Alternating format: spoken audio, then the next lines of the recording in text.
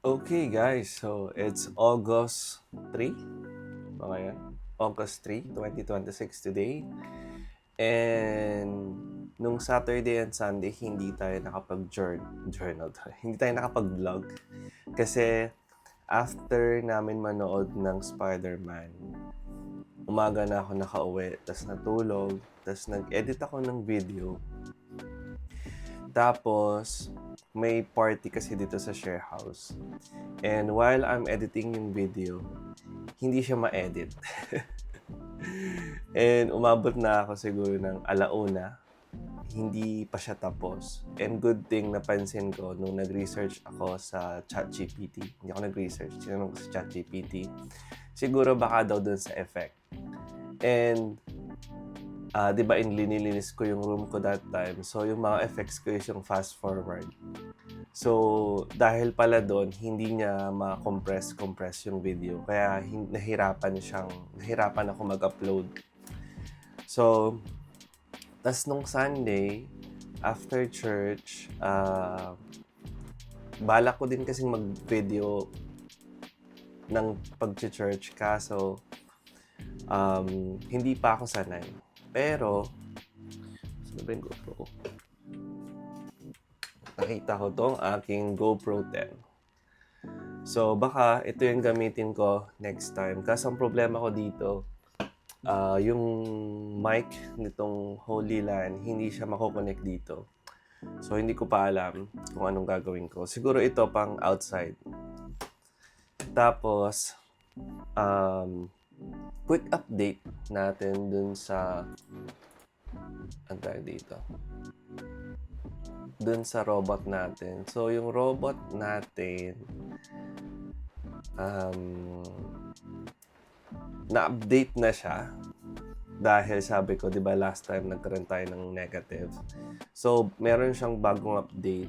And so, nung July 31, ang profit natin is 2.88 USD. So, ilalagay ko dito yung profit niya this July. Actually, negative pala ako ng $88 sa bot since nung nabili ko siya.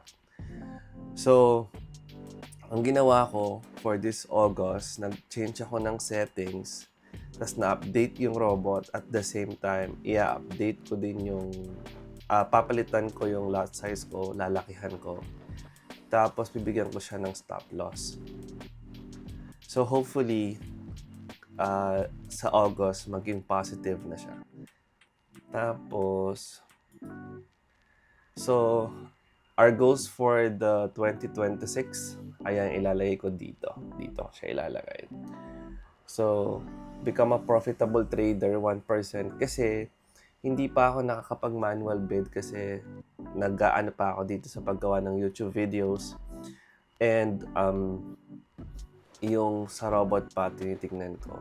Pero wala akong negative manual trades this time.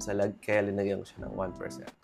Tapos dito sa robot natin, linagyan ko siyang minus 1% kasi meron pa tayong minus 88 USD. Tapos sa Find a Girlfriend and Wife sa update, yung kachat ko sa Bumble, hindi na siya nag-reply. So, hindi siya yung future wife ko.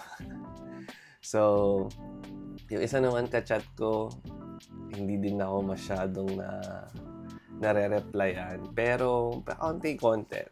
Siguro, konting push pa. Tapos, yun, kailangan ko din mag-swipe or lumabas-labas.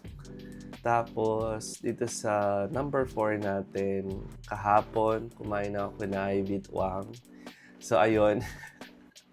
Hindi siya okay. Pero, 5% siya kasi yung pagpa-push-ups natin every hour, every weekdays ko kasing ginagawa yon. So, kaya meron naman siyang progress. Tapos, serving the church, ang balak ko dito will be sa September kasi this August is full yung schedule ko. So, ayoko naman mag-commit dun sa dream team na papasukan ko. Tapos mag-absent ako. So, balak ko ng September na hindi na ako alis ng Sunday para makapag-serve. Tapos, dito sa number 6, organize my room. So, lalagyan natin siya ng 10%. Ayan. Tapos, today, wait lang.